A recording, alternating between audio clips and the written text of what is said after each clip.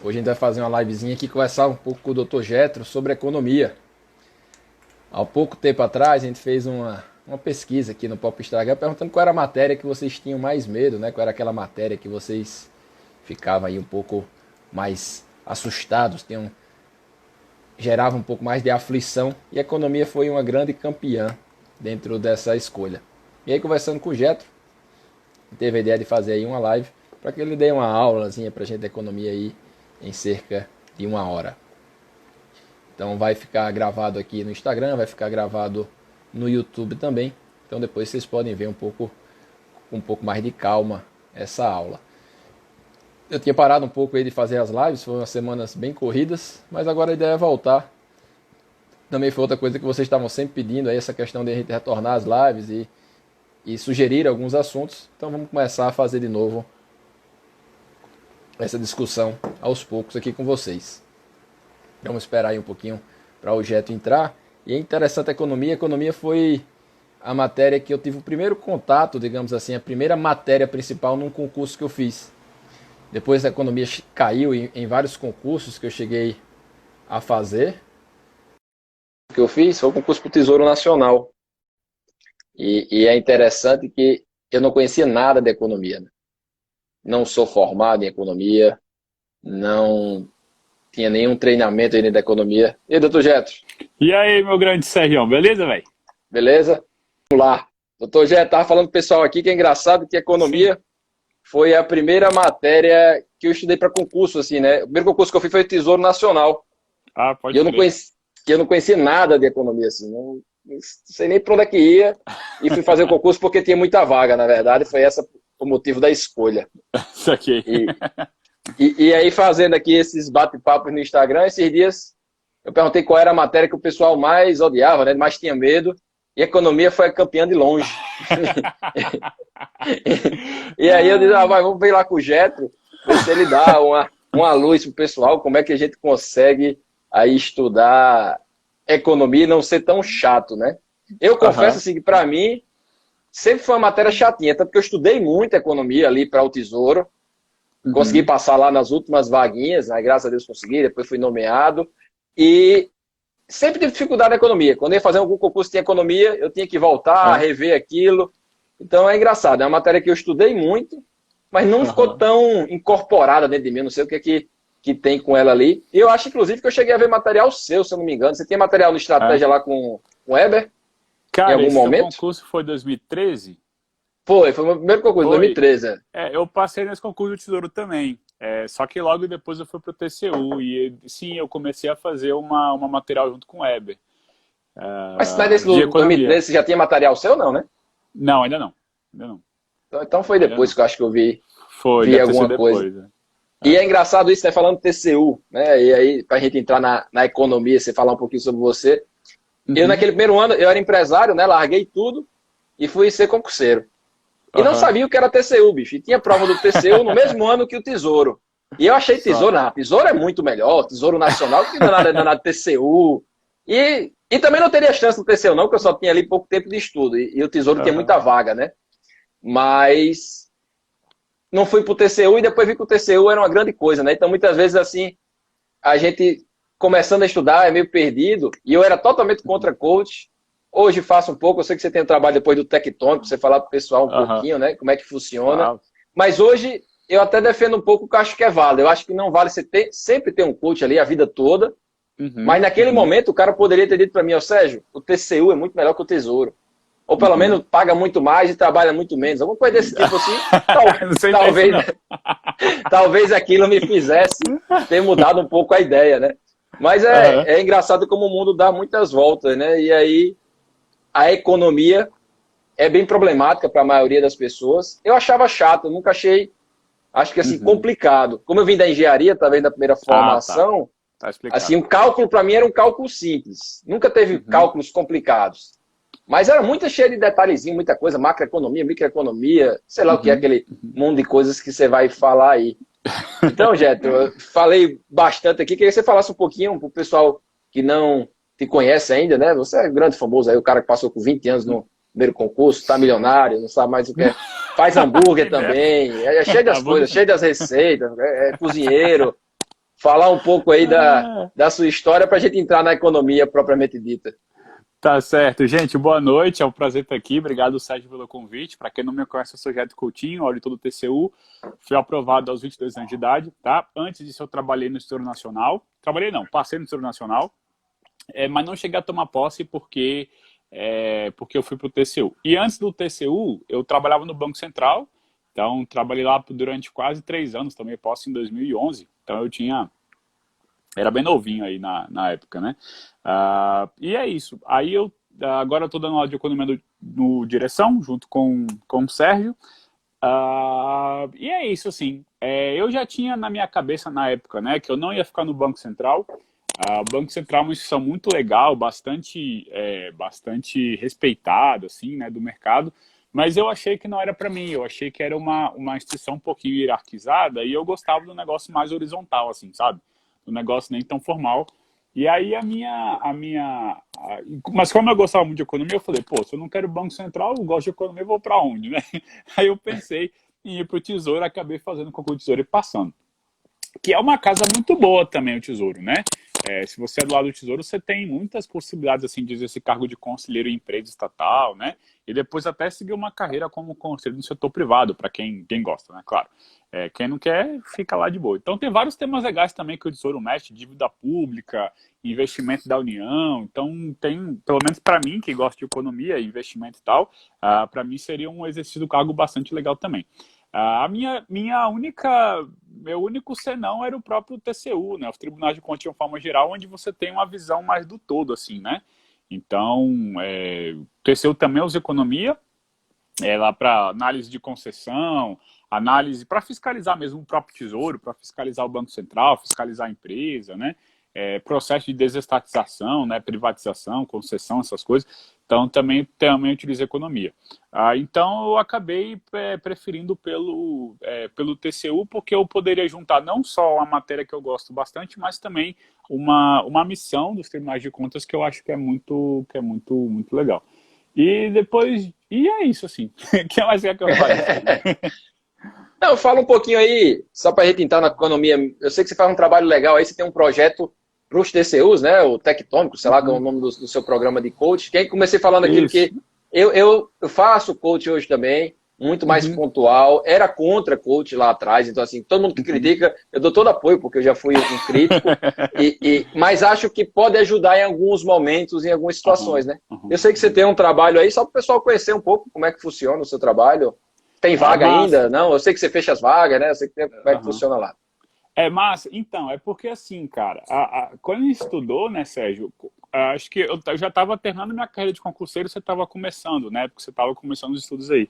Mas quando eu comecei a estudar, cara, assim, você digitava CF no Google, dava Enter, não voltava a Constituição Federal, sabe? Voltava outra coisa. Coach para concurso não tinha. Então, assim, a gente não tinha outra alternativa. A gente tinha que quebrar muita cabeça durante 1 ano, 1 ano e meio, 2 anos, para aprender, e depois, se aprender, talvez você não ser aprovado. Hoje em dia não, você tem YouTube, você tem coach, sei lá, isso dissemina a informação de forma mais clara, né? Então hoje uma pessoa tem mais condição de saber quais são os órgãos que ela tem mais afinidade, etc, e que você não tinha antes.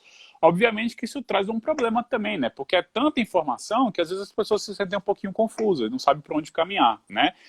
E também tem certas diferenças, sabe? Porque, por exemplo, às vezes o cara quer estudar para o TCU, mas ele quer usar a mesma estratégia do cara que foi aprovado para analista judiciário, entendeu? Não que tenha alguma coisa contra, o concurso também é super difícil, mas é diferente, sabe? Tribunal de Contas você vai ter muito mais matéria, muito mais profundidade das matérias, tem a parte discursiva que por si só é um concurso à parte, então assim, são outras características que quem passa para analista judiciário talvez não tenha passado, então essa pessoa não tem a bagagem para te orientar melhor para aprovar no Tribunal de Contas. Da mesma forma eu não passei em concurso para juiz, eu não sei como é encarar uma banca numa prova oral. Então, assim, se você quer passar para juiz, você não pode me escutar, porque eu não sei o que você precisa ter para passar para juiz. Então, assim, como às vezes as pessoas não sabem fazer essa separação, elas acabam se confundindo, né? E aí acham que uma pessoa fala uma coisa, outra pessoa fala outra, não sabe para onde vai. Então, o que eu criei no Tectônico não é propriamente um coach, né? Porque o coach envolve ali uma certa dose de individualidade, customização e tal. É mais uma mentoria, né? Para ajudar quem quer se aprovar na área de controle a seguir os caminhos certos que vão encurtar a aprovação. Claro que vai depender da pessoa, tanto que ela se dedica, estuda, etc. Tem vários fatores envolvidos. Eu trato sobre isso no curso também. Mas a ideia é ensinar a pessoa como estudar, para que ela caminhe com as próprias pernas, né? Uma das críticas que eu tenho ao coach é justamente essa, porque às vezes a pessoa confia tanto no coach que Vira uma quando o processo bengala, né? acaba, vira uma bengala. A pessoa não tem independência, sabe? Ela fica completamente vinculada ali, precisando do coach, sem coach ela não consegue andar. Então, a ideia da mentoria é diferente, é justamente ensinar a pessoa a andar com as próprias pernas. E o controle tectônico, ele existe para isso, para ensinar quem quer estudar com as próprias pernas, né, suprir várias lacunas aí da preparação e também incorporar um aspecto profissional, que eu acho interessante, a visão do serviço público, como que a pessoa vai ter que encarar as atribuições do cargo, ela tem que estar ciente da responsabilidade que ela tá incorporando ali como auditor, como servidor do Tribunal de Contas. Eu quero que elas tenham a visão profissional que eu tenho, que eu aprendi com outros auditores. Então, eu incorporo também várias entrevistas com pessoas que já são auditores, né, e que ocupam cargos estratégicos em tribunais de contas, aí secretários, diretores gerais e tal, para essa galera vir bater um papinho com o estudante e poder incorporar essa perspectiva profissional. Eu abro turma só uma vez por ano, em 2020 eu abri logo o 1º de janeiro, então assim, já era.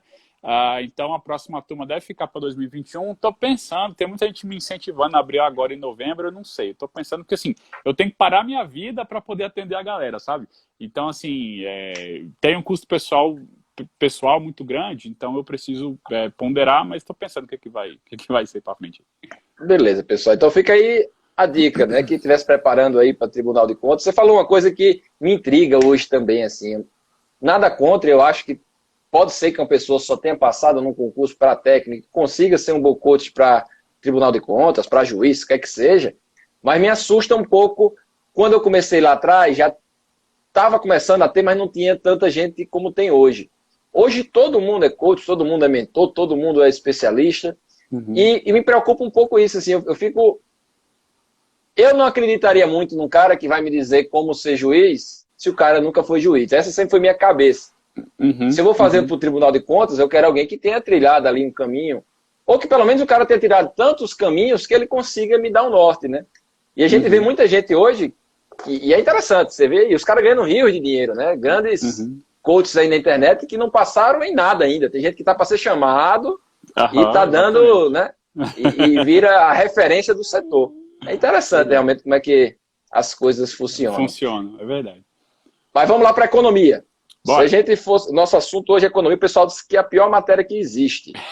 Sendo a pior matéria que existe, qual é o principal ponto? Se fosse fazer uma prova de economia, o que é que eu tenho que saber? Você separaria isso, macro e microeconomia? Assim, vai estudar economia. O que é que a gente tem que ter no primeiro passo da economia? Tá, vamos lá. Eu não acho que a economia seja pior, eu acho que tem piores, tá? Acho que estatística, por exemplo, é muito pior que a economia, não é a minha visão. Mas o pessoal meteu o pau à economia. Estou falando do pessoal que me segue aqui, eu odeio a economia. Mas eu acho que é legal a gente entender por que a economia é diferente das demais matérias. E o que eu costumo dizer é que o raciocínio da economia ele é diferente das outras matérias, sabe? Se você pega, por exemplo, direito administrativo, que o pessoal que conhece bem, né? Você vai ver o quê? Que o raciocínio do direito ele é um raciocínio mais... ele é um pouco diferente. No direito, as palavras têm um sentido muito preciso. Então, o concurseiro ele se acostuma a prestar bastante atenção nas palavras, sabe? Então, sei lá, você sabe que revogação é para ato inoportuno e inconveniente, e anulação é para ato legal. Então, você fica procurando essas palavras na questão. Aí, quando você vê lá que a administração vai revogar um ato ilegal, você marca errado. Por quê? Porque a palavra está errada, não é revogação, é anulação. Entendeu? Então, o concurseiro ele estuda prestando atenção nessas palavrinhas, sabe? Essas palavras-chave que ele precisa ficar atento e ver o que dá lá na questão. Então, ele vem para a economia muitas vezes com essa mesma expectativa, tá? Que ele vai encontrar na economia uma matéria em que ele vai prestar atenção em palavras-chave, né? Essas palavras-chave vão acender a luz na cabeça dele e aí ele vai conseguir responder a questão. E não é assim que funciona, tá? Economia trabalha com outro raciocínio, que é o chamado raciocínio premissa e conclusão. Ou seja, você vai ter algumas premissas ali envolvidas e uma conclusão com base nessas premissas. E aí o raciocínio da economia vai fazer com que você, primeiro, analise se as premissas são verdadeiras, tá? E analise se a conclusão é derivada dessas premissas. E isso é literalmente uma outra forma de pensar. Não é a mesma forma de você analisar uma prova de direito. Porque lá na economia você vai ter que ver, por exemplo, se o gráfico está subindo, isso significa o quê? Qual é a premissa envolvida? Tá? Qual é a consequência que esse gráfico subindo vai gerar? Tá? Se você pega lá a concorrência perfeita, qual a consequência de você ter um mercado com transparência perfeita de informação, de você ter bem homogêneo e de você ter livre barreira de entrada? Qual a consequência disso? Tá? Então é premissa e conclusão. Então você vai ter que o tempo todo trabalhar em premissa e conclusão. E aí o que acontece? O CESP é mestre nisso. Ele faz duas premissas que são razoáveis, né? Uma premissa que é falsa e uma conclusão que é verdadeira. Aí o aluno acha que a beleza marca certa e você vê errado porque tem uma premissa lá no meio que não era exatamente aquilo. Então o CESP é mestre em fazer isso e o aluno vai ter que ficar atento em relação a esse tipo de raciocínio, que é realmente um raciocínio diferente, tá? Não é a mesma coisa do direito. E justamente por isso, como a maioria da galera não tem esse como background, né? Assim, como normal, esse tipo de raciocínio, premissa e conclusão, as pessoas acabam se decepcionando um pouco. Porque vai lá em direito administrativo, lê uma aula, faz lá 10 questões e acerta 9. Entendeu? E aí vem para a economia como expectativa, achando que vai ler a aula, vai chegar nas questões e vai acertar 9 de 10. E não vai acertar tipo 4, 3, entendeu?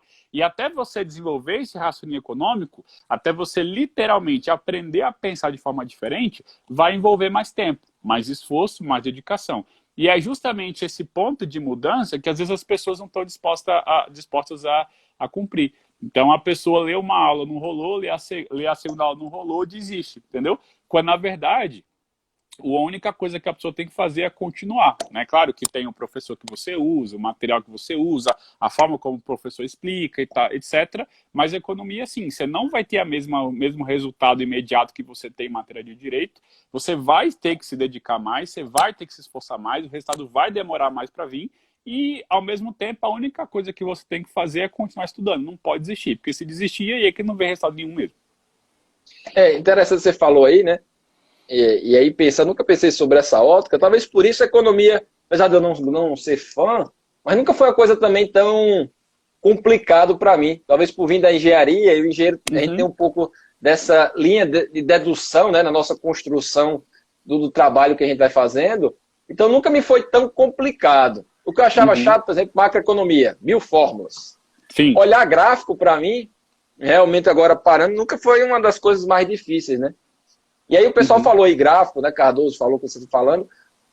Como é que qual é o grande pulo do gato para ver um gráfico, para entender aquelas curvinhas que vão para cima, para baixo? Existe aí uma grande jogada para a pessoa conseguir superar essa dificuldade? Então, é até interessante que, por exemplo, eu não tenho... quando eu faço curso para economistas, né? Eu não tenho dificuldade, eles entendem. Quando eu dou curso para fiscal, a maioria da galera que procura era fiscal, geralmente também tem formação exata, engenheiro e tal. O pessoal também não tem dificuldade.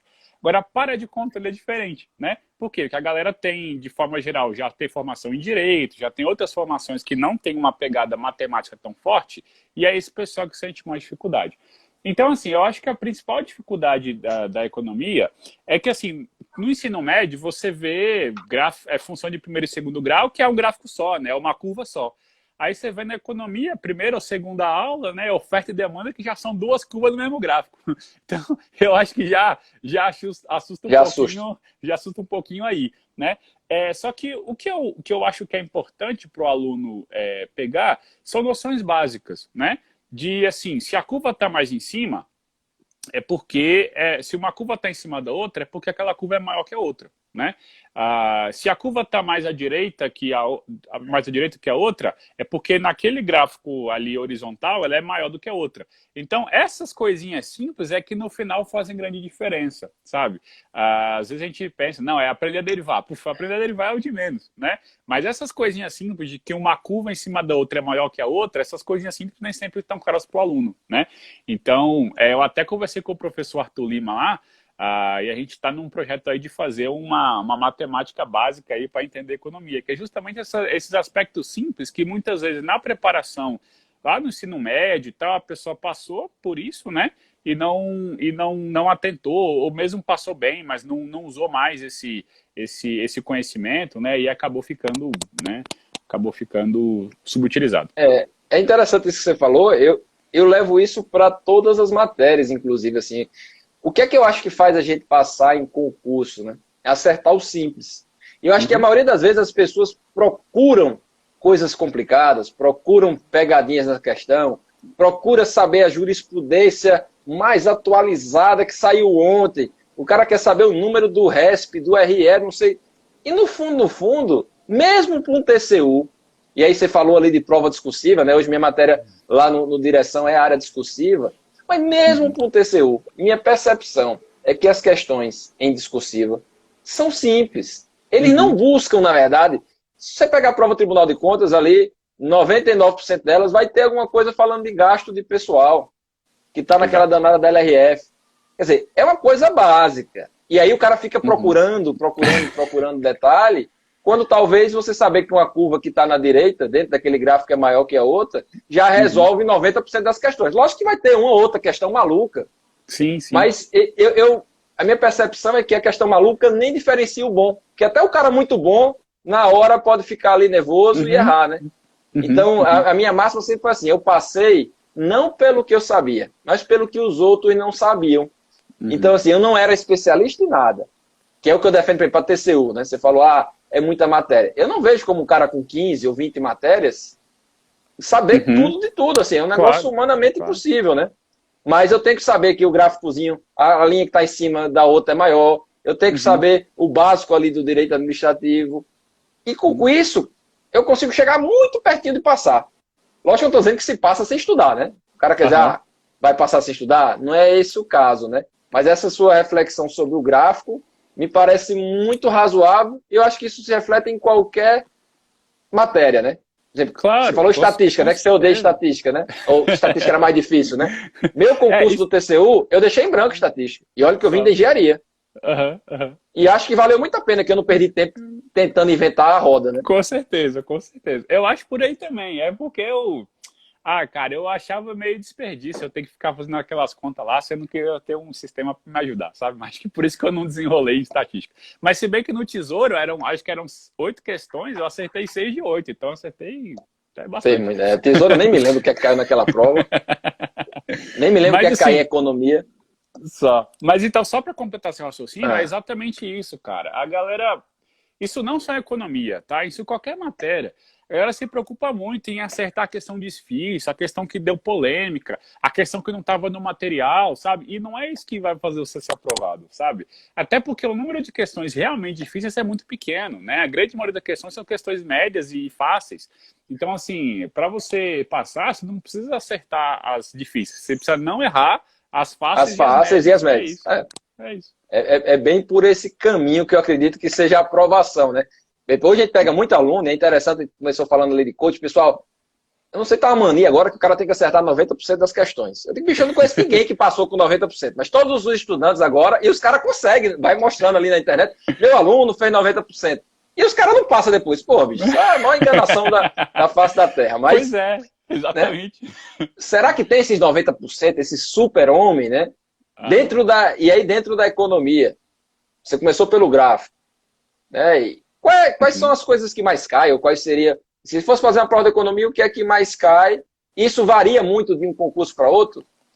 Porque, por exemplo, quando eu fiz lá o Tesouro, realmente era um cargo de economista, então tinha um bocado de correr de economia. Mas quando eu faço um TCU, qual é o nível de profundidade que eu vou tendo nesses concursos de economia, né?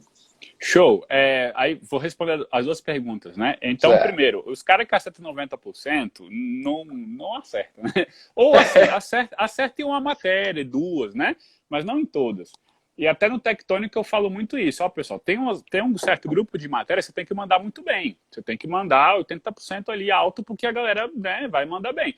Já em outras matérias você não precisa tanto, você pode de menos, né? E economia é uma delas, que você não precisa acertar 90%. Claro, se conseguir, beleza. Melhor, mas assim, para você ser aprovado, você não precisa ter 90% líquido no CESP de economia, até porque não existe.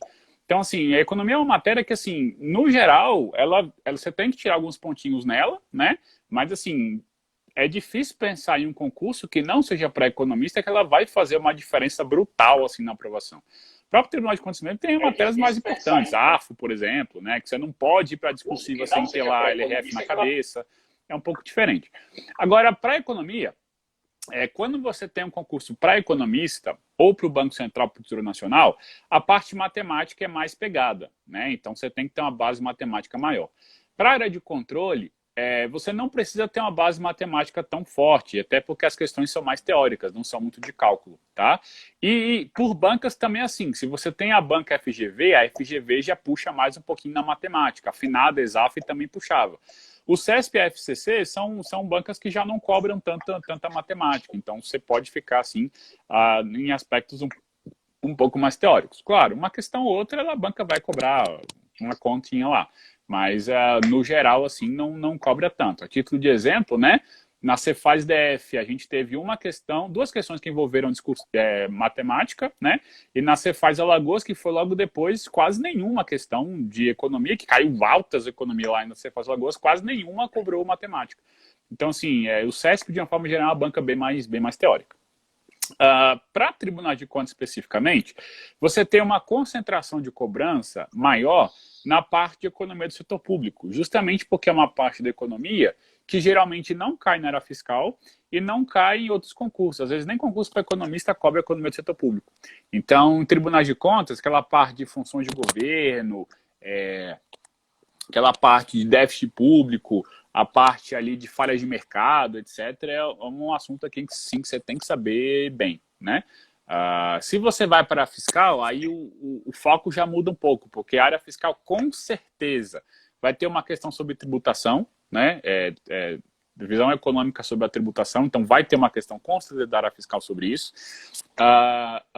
E aí cada área vai ter essa particularidade, né? Agora, em relação à microeconomia, o assunto mais cobrado e disparado é a estrutura de mercado, né? Às vezes não diretamente, mas indiretamente o CESP pergunta. O CESP e outras bancas também. Então, estrutura de mercado e custos, acho que em microeconomia são as mais cobradas. E de macroeconomia, política monetária, né, disparado também, política monetária e modelo ISLM, né, são os mais cobrados aí. Claro, às vezes na prova você pode dar o azar ou a sorte, não sei, né, de pegar uma prova de a prova das 10 questões de economia ter 5 de contas nacionais, né, pode acontecer. Mas se você pega várias provas simultaneamente, você vai ver uma concentração nesses pontos que eu falei. Área de controle, economia do setor público, falhas de governo, falhas de mercado, funções de governo, falhas de mercado, etc. Área fiscal, tributação, e microeconomia, custos e estrutura de mercado, e macroeconomia, política monetária e modelo ISLM. Rapaz, eu tô pensando, tá passando aqui um filme da época que eu estudava isso. Graças a Deus que eu não preciso mais disso, deixei de lado. É interessante como essas coisas, né? Se ISLM dava trabalho, viu? Eu me lembro do Tesouro, isso caiu bastante. Depois que eu fui para Tribunal de Contas, é engraçado, eu não me lembro muito do estudo de economia. Ou era tão mais leve do que o do Tesouro que não foi algo que me preocupou mais. Né? Eu acho que ficou uma coisa mais teórica, talvez, né? Isso, Tanto no TCU 2013 quanto em 2015, caiu o modelo ISLM lá. Em perspectiva eu só fiz diferentes, 2015. mas caiu. Caiu também uma questão lá, sobre cruz keynesiana lá, modelo ISLM, aquilo lá. Me lembro mais não, eu já larguei isso de lado. Mas é interessante, eu perdi o TCU 2013, voltando aqui, eu fico... Essas coisas de concurseiro é engraçado, como a gente perde algumas coisas, né? E aí você falando aí dessas coisas. Macroeconomia, eu me lembro que macroeconomia tem muita fórmula, mas eu não sei, eu acho que eu só tive que decorar, e eu decorava aquelas fórmulas, mas para o concurso do Tesouro. Ele é útil nos outros concursos ou não? Nos outros concursos você não precisa estar tão preocupado com aquelas 1001 fórmulas. Então, na macroeconomia, você vai ter bastante fórmulas em contas nacionais, né? Muita fórmula. Isso, contas nacionais, era. Balanço de pagamentos, você não tem fórmula em si, mas tem uma estrutura lá do balanço de pagamentos que tem que saber, assim, né? A lógica. E você vai ter mais conta também em política monetária, que lá tem o M1, M2, M3, multiplicador e tal, né? Multiplicador monetário. E na parte de modelo keynesiano também tem umas formulazinhas lá, apesar de serem bastante simples. Mas assim, o grosso mesmo das fórmulas está em contas nacionais, né? E aí vai depender do seu apetite a risco, vamos dizer assim, né? Mas, de forma geral mesmo, na parada de controle é difícil você ver uma questão de contas nacionais, né, que cobre aquele tanto de fórmula lá. Em concurso para economista é certo. Em concurso para não economista, mas que tem a relação, tipo IBGE, Tesouro, Banco Central, também Também. pode ter. Agora, concurso para Tribunal de Contas Geral Fiscal é mais difícil você ter questão de contas nacionais. Não que não possa acontecer, claro que pode, uma vez ou outra sempre cai. Mas se você pega vários concursos, por exemplo, você tem uma incidência bem menor de contas nacionais. E nessa parte de contas nacionais, assim, a minha percepção, né? Não sei se é porque eu vim da engenharia, mas você que trabalha com os alunos talvez tenha um feedback maior. Não me parece difícil, assim. Qual era o meu esforço ali? Era decorar as fórmulas. Porque era soma, subtração, uma multiplicaçãozinha. Não tinha nada tão complexo como uma estatística que pode chegar a ser um cálculo complicado, né? Qual seria a grande jogada para o aluno? É decorar aquilo mesmo? Tem alguma lógica ali por trás? Qual é o pulo do gato, né? Certo, então, eu até construí minha aula dessa forma, né? Porque se você pega aulas por aí, o que o pessoal faz? Pega a fórmula lá, joga e você se vira para entender. Eu tentei construir minha aula e de forma a explicar uma lógica, né?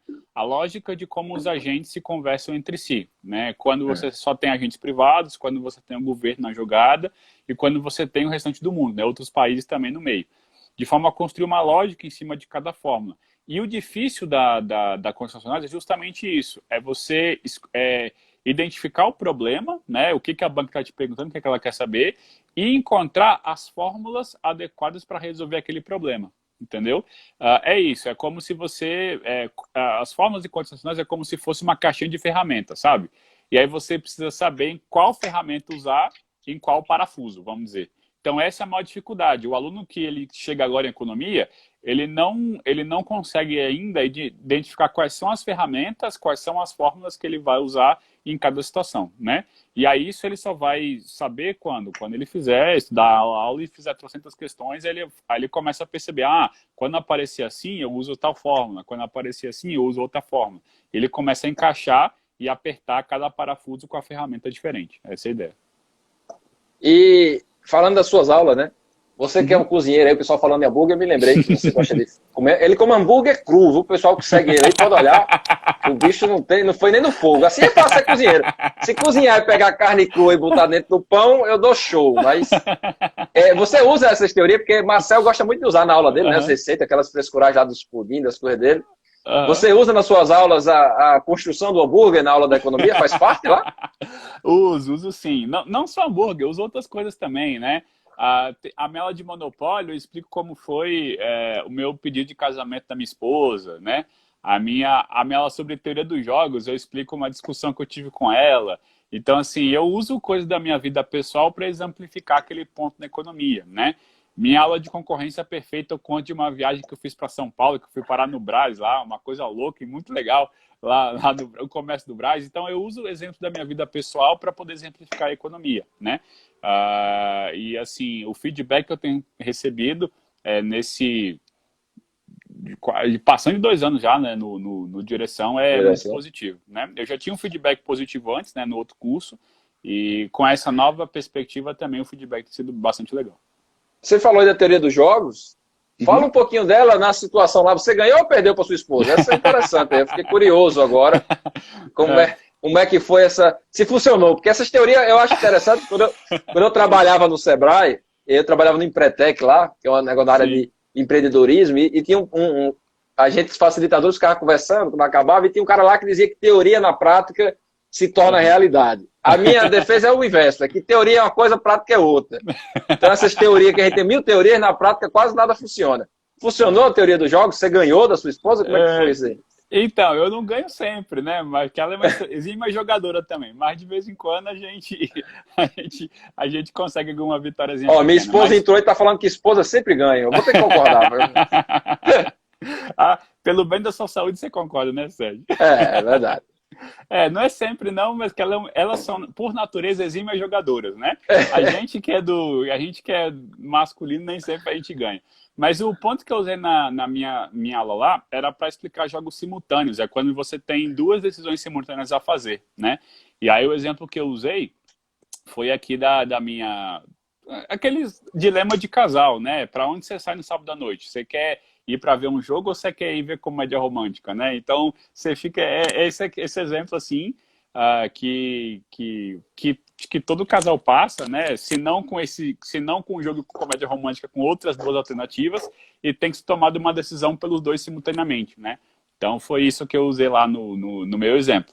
Só para título de curiosidade, quando você tem, assim, uma pessoa prefere uma alternativa, a outra prefere a outra, mas o pior para as duas é ficar sozinha, né? Por exemplo, o cara prefere ver o jogo, a mulher prefere ver comédia romântica, mas o cara não quer ver o jogo sozinho e a mulher não quer ver a comédia romântica sozinha, né? Nesse tipo de configuração de jogo, geralmente o maior valor é exprimido por quem dá o primeiro passo, por quem decide primeiro, né? Então, quem fala assim, não, vamos ver a comédia romântica, acabou, né? Quem tem esse primeiro passo, ou vamos ver o jogo agora, acabou, quem tem esse primeiro passo acaba levando o outro, e aí ele tem ali o seu nível de satisfação maior, né? O payoff, como diz lá na teoria do jogo. Então a economia pode ser útil no dia a dia. Tem mais alguma coisa que é útil, assim, porque eu acho que talvez se os alunos conseguirem enxergar a utilidade da economia no dia a dia, ela possa parecer uma coisa mais amigável, digamos assim, para quem não gosta, né? Quem já gosta deve ser fã. Mas você usou uma situação dessas decisões, né? O que eu acho também é que funciona a teoria dos jogos, quando os dois conhecem a teoria do jogo. Quando um não conhece, aí fodeu que o cara vai dizer que não vai, e aí toda essa teoria eu não acredito muito que funcione. Mas o que mais a gente pode aplicar, né? E aí como é que essa economia se torna mais leve para quem vai fazer um concurso de economista, um concurso que cai a economia no seu concurso? Cara, tem vários exemplos que a gente pode citar. Tem uma aula, por exemplo, que eu cito como que eu comprei meu carro, sabe? É uma aula de negociação que, poxa, você negociar, como é que você aprende como você negocia o preço com o vendedor, sabe? Porque a gente analisa os incentivos do comprador, os incentivos do vendedor e qual é o equilíbrio associado. Então, você consegue participar disso, né? O ferramental econômico também, de você avaliar várias alternativas, né? O que é melhor? Se dá para concurso ou ganhar R$ 1 milhão hoje? Então, assim, você começa a fazer esse tipo de comparação, os alunos começam a abrir a mentalidade para a utilização da economia. E eu tenho um outro hobby também, além do hambúrguer, né, além da culinária, que é a questão dos investimentos, né, e a questão da educação financeira, e eu começo também a introduzir nos alunos alguns cuidados que ele tem que ter em relação a isso, né? Pô, Sérgio, você deve conhecer quantos servidores públicos ganham salário muito altos e os caras vivem enrolados, cheio de dívida e tal, consignado atrás de consignado, né, só pagando juros para o banco, cada vez mais empobrecendo, o cara não consegue sair daquele furacão que ele colocou. Então, eu aproveito minhas aulas para ensinar conceitos econômicos também para esses alunos, né, para que eles não caiam nessa ilusão, né, do crédito fácil, de financiamento longo, etc. Então, minha intenção é justamente trazer esses aspectos da vida cotidiana para os alunos que estão estudando economia. Certo. Você falou aí dessa questão do carro, né? Tem alguma coisa, eu me lembro que tem algum exemplo, eu me lembro na aula, não me lembro mais como era, o negócio do carro podre, que você comprava um carro, onde é que isso se aplica? Você lembra o que danado é isso? Na negociação, como era? O mercado dos carros, não tem uma coisa assim na economia, né? Que tem, a chamada seleção adversa, que é o mercado de carros usados, né? Olha, tá vendo? Olha, rapaz, ainda lembro de alguma coisa. Não? É isso aí. Então, é justamente isso. O ponto lá é o seguinte, é que quando uma parte tem mais informação que a outra, né? Essa parte que tem mais informação, ela usa informação a favor dela. Então, quando você vai comprar um carro usado, por exemplo, você não sabe o real estado do carro, né? Quem conhece é o vendedor. E o vendedor pode usar essa informação que ele tem, que é o real estado de conservação do carro, para benefício próprio, né? Ele pode, por exemplo, tentar te empurrar um carro ruim por um preço de um bom, né? E como você não sabe qual é a real situação do carro, você fica vendido na história, né? E aí tem várias formas de você minimizar isso, levar um mecânico e tal, etc, né? Mas se você não se proteger, você está sujeito aí à seleção adversa, de você escolher um carro ruim, né? Justamente porque ali você não sabe a real situação do carro. É interessante, acho que, se não me engano, nesse concurso o Tesouro caiu alguma coisa por esse caminho, não me lembro mais. E você falando aí da finada ESAF, né? Hoje tem alguma banca que é tão pesada quanto ela em cálculo, porque aquela banca era muito ruim, realmente. Assim, para mim, graças a Deus, aquilo se acabou, que eram as provas compridas, cansativas.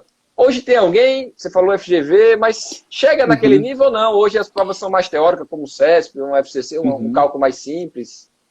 Então, cara, a FGV, pelo menos em economia, para mim ela sempre foi a mais complicadinha. A ESAF, Pior. ela era muito detalhista, né? Em Era economia, tá? longa a prova, né? Ela é muito detalhista, então assim, se você errasse um detalhe já era tudo. Então a ESAF pegava o cara mais pelo cansaço mesmo, e aí o cara cansado, ele não se atenta aos detalhes, não se atenta aos detalhes, ele erra e aí tá fora. Então a estratégia da ESAF era mais essa. A FGV não, a FGV ela tem outro perfil, que é assim, cara, você sabe, você não sabe, um abraço, entendeu? Ela é mais assim, ela faz questões na média mais difíceis, e quem sabe desenrola, quem não sabe, né, sabe nem para onde vai, assim, sabe nem começar. O Então hoje o CESP, medo seria FGV, é isso? FGV. O CESP é um pouco diferente. O CESP, ele tenta assustar, sabe?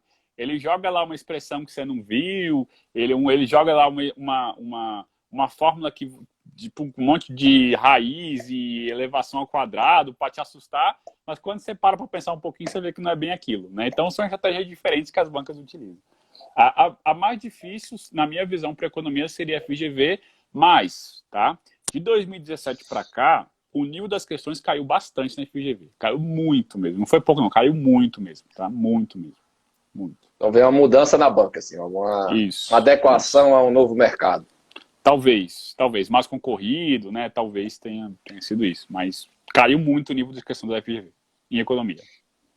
E o que mais a gente tem que se preocupar dentro da economia, né? A gente acaba a economia com isso aí, né? Aquelas curvinhas e SLM, a gente falou um pouco de curva. O que é que mais cai, né? Aqueles gráficos ainda são a grande jogada e o que é que, além daquele basicão que a gente falou, o que é que deveria ser observado, né? Eu acho que os gráficos, sim, né? Não tem para onde correr, principalmente em microeconomia e em modelo SLM. Mas eu acho que o que realmente vai fazer a diferença, tá? O que eu percebo no cara que vai ser aprovado é quando ele começa a fazer inter-relação entre as matérias, sabe? Ele vai estudar LRF, ele vê lá déficit primário lá na RLF, resultado primário, e aí ele lembra da economia e sabe como que calcula o déficit primário, entendeu? Ele está estudando, sei lá, a administração pública, ele vê lá transparência e ele lembra que se não tiver transparência, você tem problema de assimetria de informação. E aí, se você tiver assimetria de informação, você tem risco moral, seleção adversa e comportamento de manada envolvido, sabe?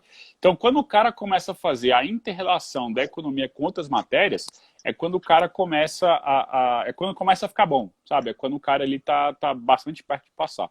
Então, eu acho que a dificuldade maior em economia não é nem a economia em si, é conseguir extrapolar a economia e chegar como que a economia está imbrincada, né, intrincada, em outras matérias. E eu acho que aí é que tem um grande ganho, é quando você começa a fazer essa inter-relação e você começa a perceber que estudar a economia e as outras matérias vai te dar uma visão maior do todo. Acho que quando isso começa a acontecer é quando o aluno está bem perto de passar. E é interessante que você falou aí dessa interligação das matérias, né? E eu percebi isso um pouco na prática. Assim, minha teoria sempre foi assim, eu comecei a estudar para concurso, meu sonho era privada, nunca pensei em vir para concurso público, né? Mas aí fazendo talvez uma análise econômica, chegou ali nos 30 anos, aí eu comecei a estudar tarde para concurso, né? Eu vi todos meus colegas de graduação, era tudo funcionário público, auditor, lá vai. Os caras viviam de férias, os caras viviam de folgas, porra. Eu trabalho sábado, domingo, feriado, ganho metade do que os caras estão ganhando, e aí o custo-benefício daquilo não me parecia estar valendo a pena, né? E fui para essa área do concurso, mas aí foi quando a gente começou a fazer quando eu comecei a entender bem, foi quando eu consegui relacionar as matérias mesmo, como você está falando. E é engraçado que de uma hora para outra você começa a enxergar uma matéria dentro da outra. Porque eu acho que elas fazem parte também. A economia não está sozinha, né? O direito não está sozinho. Então, dentro de direito constitucional, é um grande pacote para você estudar todos os direitos. Se você souber muito direito constitucional, você vai garantir ali 2, 3 questões em todas as matérias de direito. Exato. Né? Então, essa interligação acho que faz muita diferença mesmo. E chega uma hora, para mim, assim, os alunos perguntam, professor, quando é que isso vai acontecer? Eu não sei, bicho, mas é impressionante. Para mim, tem hora que dá um cliquezinho e aquelas coisas malucas começam a encaixar. Qual é a sua percepção? Mesmo. Quando é essa hora que essas coisas encaixam? Você tem uma visão diferente? Qual é o momento que eu consigo ligar aquelas maluquices. Não, é exatamente isso, cara. Mas eu acho que não tem um momento pré-definido. Cada pessoa tem o seu. O que eu costumo dizer para minha galera lá do Tectônico é que, assim, é o casulo da borboleta, entendeu? A borboleta vai se debater no casulo e ela só vai conseguir romper quando ela estiver pronta. É exatamente a mesma coisa para o estudo. O estudo é o seu casulo, você está ali se debatendo e tal, levando ali o estudo a sério, né? Vontade de chorar, vontade de desistir, vontade de jogar o livro na parede, vontade de queimar o material impresso, vontade de mandar o professor lá para aquele lugar. Então, assim, é assim nessas coisas que a gente vive. Aí depois, você é o mundo de amores dos concursos, você ama esse concurso, ama estudar, e você fica nessa bipolaridade, né? Concursística. Às vezes acha que você vai passar, às vezes acha que não vai, e fica nessa. E é isso, é a borboleta se debatendo no casulo. E a hora que ela estiver pronta, ela vai, né? A hora que as asas estiverem adequadas, ela vai romper o casulo e vai voar. Então é a mesma coisa, né? Você vai se debater até a hora que isso acontecer e quando estiver pronto vai rolar, sabe? Infelizmente não tem um santo graal, assim, né? Um momento específico. Você vai ter que estudar para atingir esse ponto. Há pessoas que, talvez pela bagagem anterior, pela experiência anterior, vão atingir esse ponto mais cedo e outras pessoas vão ter que estudar muito mais para atingir esse ponto mais tarde. Então, assim, o casulo, é a borboleta no casulo, tem que se debater até a hora que o casulo romper, né? É isso. Perfeito. E nessa ideia da caminhada, né, da prova de economia, e a gente falou no comecinho um pouquinho lá da discursiva, como é que você vê a presença da economia em provas discursivas, onde é que isso está presente? Só concursos mais específicos, concursos para cargo de economista, ou não? A gente tem visto isso cair em algum momento em cargos mais gerais, por exemplo, como o cargo do TCU. Tá. Vamos lá. Em economia, de forma geral, você não tem discursiva, tá? Geralmente, concursos para economistas não cobram discursiva. A outra área que cobra bastante economia é a área fiscal, que também, de forma geral, não tem discursiva, né? Assim, alguns concursos têm, mas você pega os grandes concursos, CMS São Paulo, CMS TJ, não tem discursiva, né? Então, não cobra economia. Agora, quais são os concursos que caem economia na discursiva? Tesouro Nacional e Banco Central, né? Não tem pra onde correr, vai cair discursiva na economia na discursiva. E em alguns outros concursos em que a economia ela tem um papel preponderante, tá? Por exemplo, concursos para agências reguladoras, beleza? ANAC, Anatel, né, agência nos estados também. São concursos que pode cair economia na discursiva, até o próprio negócio, né, o business da agência reguladora tem economia no meio, né? Então, esses são concursos, né, quem estuda para agência reguladora aí, que tem que ficar ligado que pode vir economia na discursiva. Para tribunais de contas, aí depende um pouco da legislação do Tribunal de Contas. Quando você tem um Tribunal de Contas que tem um cargo específico de economista, né, ou melhor, um cargo de auditor, mas quem pode tomar posse nesse cargo é só economista, né? Geralmente tem auditor formado em administração, auditor economista, auditor engenheiro civil, né? Quando você tem essa divisão por área, aí obviamente a economia pode ser cobrada, né, só para economista. Quando você tem para área geral, tipo TCDF, TCU, em que não tem essa divisão entre as áreas, aí a gente tem uma baixíssima incidência de economia, tá? Como discursiva. Até porque tem, assim, eu reconheço que tem matéria mais importante para cobrar discursiva, né? Controle externo, direito administrativo, AFO, por exemplo, é muito mais importante, né? Agora, no TCU 2015, né, teve uma discursiva sobre economia, né? Que é uma economia que cobrou lá a parte de regulação. Era uma discursiva que cobrou a parte de regulação. Era uma economia muito simples, era uma discursiva muito simples, bastante, bem básica mesmo. Qualquer pessoa que deu uma olhadinha na prova conseguiu se virar, né? Mas não é muito comum, não, tá? Tanto é que a grande surpresa do concurso TCU 2015, na minha visão, foi a discursiva de economia, tá? TI, a gente estava esperando, já tinha cantado essa pedra muito antes, a análise de informação já tinha cantado a pedra. Estatística, assim, beleza? E, na minha visão, a grande surpresa foi mesmo a questão da discursiva em economia lá para o TCU. Tanto é que eu não acho que vai se repetir. Assim, pelo menos os próximos 3, 4 concursos, não acredito que deve vir economia em discursiva para o TCU. Até porque, assim, quem cobrava mais discursiva em economia era a ESAF, né? A ESAF é que tinha um histórico muito grande de cobrança de economia em discursiva. As outras bancas já não tem tanto esse histórico, não.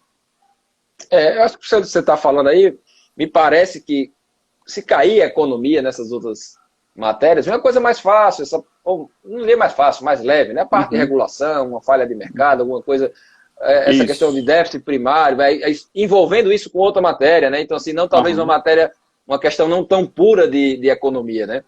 Exato. Eu não imagino no TCDF eles gastando uma questão toda só para economia, né? Exato. Pode cair? Pode. E esse é outro problema, assim, a gente sempre trabalha com expectativa, mas muitas vezes essas coisas são quebradas, né? Você que falou aí, não sabia que você era investidor milionário, por isso que já tá sumido, rapaz. Ele passou uns dias sumido, ele tá gastando, ganhando dinheiro na Bolsa de Valores. É engraçado como os padrões muitas vezes não se repetem, né? Lógico que com cuidado você consegue ali, no longo prazo, estar ganhando, né? Mas quantas pessoas não perderam no primeiro momento ali nessa crise que a gente teve agora, né? Agora tá todo mundo rico de novo, que eu acho engraçado, isso é interessante. Lá no tribunal, lá no TCDF, todo mundo é investidor, os caras, né? Na época que tá ganhando, bicho, é todo mundo rico, todo mundo, rapaz, vem cá, aqui um gráfico, aí, na época que estourou esse negócio, bicho, eu ligava para um, para outro, e agora? Pai, todo mundo murcho. Passou, os caras montaram lá as estratégias, se recuperaram, agora tu fala com os caras, rapaz, ganhei não sei quantos mil mês passado, ontem eu ganhei. Eu digo, mas é interessante como as pessoas só contam a hora da vitória, viu? Na hora da derrota ficou tudo caladinho. E aí nessa área de investimento, o que é que você está fazendo aí? Já estamos chegando aí no finalzinho da nossa live, só. Você dá aula disso também? Tem algum blog? O pessoal começa a fazer isso, daqui a pouco é tudo professor da área, né? Já está com um canal no YouTube, o que é que você já tem aí? Tá, então, na verdade, eu tenho isso como um hobby, né? Tenho um projeto aí de repente fazer um canal, mas é um canal um pouco diferente, assim, mas eu não sei meio que eu quero ainda. Mas é porque eu acho que o debate sobre investimento no Brasil, ele é um pouco enviesado, sabe? Você tem os canais voltados para renda variável, por exemplo, né? E tem vários YouTubers. Você tem os canais voltados para educação financeira, que tem os YouTubers também, mas eu acho que a galera não faz o que é o principal, entendeu? Que é justamente entender quando que você vai para um, quando que você vai para outro. Geralmente acontece, sai notícia na mídia, o pessoal vai para renda variável. A Selic está baixa, vão para renda variável. A Selic está alta, vai para renda fixa. Só que essa é a maneira é a maneira menos inteligente de fazer isso, né? Então, na minha visão, tem outros aspectos a se considerar. Mas, assim, é só uma ideia que passou pela minha cabeça. Então, não sei se vai sair alguma coisa sobre investimentos, né? Não tem ainda nada em campo, não. O pessoal não pode lhe seguir para seguir investimento ainda não. Ainda não, né? Ainda não. De vez em quando eu abro uma pergunta, um box de pergunta aqui no Instagram, e às vezes o pessoal me pergunta sobre isso e eu acabo respondendo, né? Mas por enquanto é só um hobby mesmo. Só uma diversão.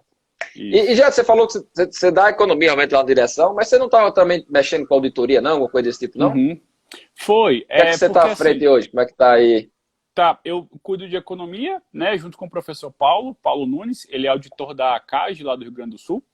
E a gente trabalha junto em economia. E recentemente o direção me chamou para cuidar das videoaulas, tá? Só videoaula de auditoria governamental. Porque, assim, até 2007, mais ou menos, era muito parecido a auditoria privada com a auditoria governamental.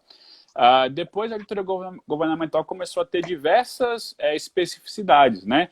Teve a tradução das ISAIs para o português, a publicação das normas de auditoria do TCU, né? O TCDF veio logo depois, a publicação das NBASP agora, né? Então, está cheio de detalhezinho que é muito diferente da auditoria privada. E aí, o direção achou melhor ter um professor específico para a auditoria governamental. E aí, felizmente, para minha felicidade, né, eles me escolheram para ser o responsável por tocar essa parte de videoaulas em auditoria governamental. Legal. Então, gente, ele está chegando aí no finalzinho. Agradecer o pessoal que participou. A live vai ficar gravada aqui, vai ficar no YouTube também. O pessoal depois pode entrar e acessar com um pouco mais de calma, né? A ideia era desmistificar um pouco a economia. Lógico, não dá para a gente dar uma aula de economia em 1 hora, não era bem essa ideia, mas mostrar talvez que a economia não é tão complicado quanto parece e pode até ser interessante, né? No caso de Jeta, ele usa lá para resolver os problemas matrimoniais dentro de casa. Então, para fazer o hambúrguer dele, ele faz toda uma análise. Mas o hambúrguer dele, olha, Eu já sei. Você pega a carne crua, bota dentro do pão, tá tranquilo, não tem que fazer porra nenhuma. E ele ainda fica postando, dizendo que é um grande feito dele fazer um hambúrguer cru. Esse daí não entra na minha cota dos grandes feitos do grande Jet. Jet tem grandes conquistas, mas o hambúrguer cru não me convenceu ainda. Eu vou fazer um hambúrguer para você. Vamos fazer um dia de comer esse hambúrguer cru para ver se presta. Mas, Jet, agradecer a sua participação. É sempre um prazer aí estar fazendo trabalhos conjunto com você, estar batendo esse bate-papo. A ideia aqui é fazer realmente uma coisa bem descontraída e deixar aí os outros minutos, já me despeço aqui do pessoal para você fazer suas últimas palavras, falar aí do que você achar interessante e quem sabe a gente se encontra aí para fazer esse hambúrguer, tomar uma cervejinha e trocar ideias muito em breve, quando acabar essa quarentena, porque eu ainda estou em quarentena, gente. Ó, eu também. Não tem ninguém nesse país em quarentena. O tribunal tava querendo mandar a gente voltar para lá para morrer esses dias, não sei como é que vai ficar, se tem que voltar todo mundo. Mas, rapaz, acabou a quarentena, já agora que tá chegando ali perto da vacina. Então, eu ainda estou em quarentena, mas quando acabar a gente toma a cervejinha e o hambúrguer. Obrigadão, Getro. E aí, os minutos finais estão com você. Obrigado, Sérgio. Super top esse hambúrguer aí. Eu também tô de quarentena, viu, cara? Eu também tô respeitando aí as paradas direitinho. Também tô me comportando bem.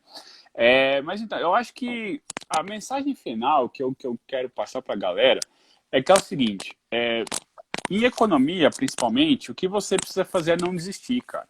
É que nem andar de bicicleta, sabe? Você levanta, vai a primeira vez, você toma um tombo, aí vai a segunda, você toma um tombo, a terceira você toma um tombo também, a quarta também, a quinta também. Lá pra sexta você consegue pedalar umas 3 vezes, mas toma um tombo mais à frente. Aí você levanta de novo, aí vai mais 5 pedal pra frente, tomba de novo. E uma hora você é o mestre hiper das galáxias da bicicleta, entendeu? Alguns gostam tanto que chegam até a fazer disso um esporte. Então, assim, a economia é mais ou menos a mesma coisa. Você vai ter que insistir, e uma hora, de repente, você vai aprender a se equilibrar na bicicleta da economia, tá? É isso que você precisa fazer. Por outro lado, ter a consciência também de que você não pode se fechar para a matéria, entendeu? Se você assumir que a matéria é difícil, se você assumir que a matéria é complicada, se você assumir que você não vai entender, aí o seu cérebro vai procurar automaticamente justificativas para você não se debruçar e não se dedicar sobre aquilo, tá? Então fique aberto a essa visão da economia, não se feche para a matéria, continue estudando, continue se dedicando que os resultados vão vir, mais cedo ou mais tarde é só questão de tempo, beleza? É isso. Belezinha, gente. Obrigado, Jeto, mais uma vez. E a gente se encontra aí pelas nossas aulas para comer esse hambúrguer cru. Mas o meu, se ficar cru, você vai assar, porque aquele cru não me convenceu. Valeu, gente. Um abraço a todos. Valeu, Sérgio. Um abraço, cara.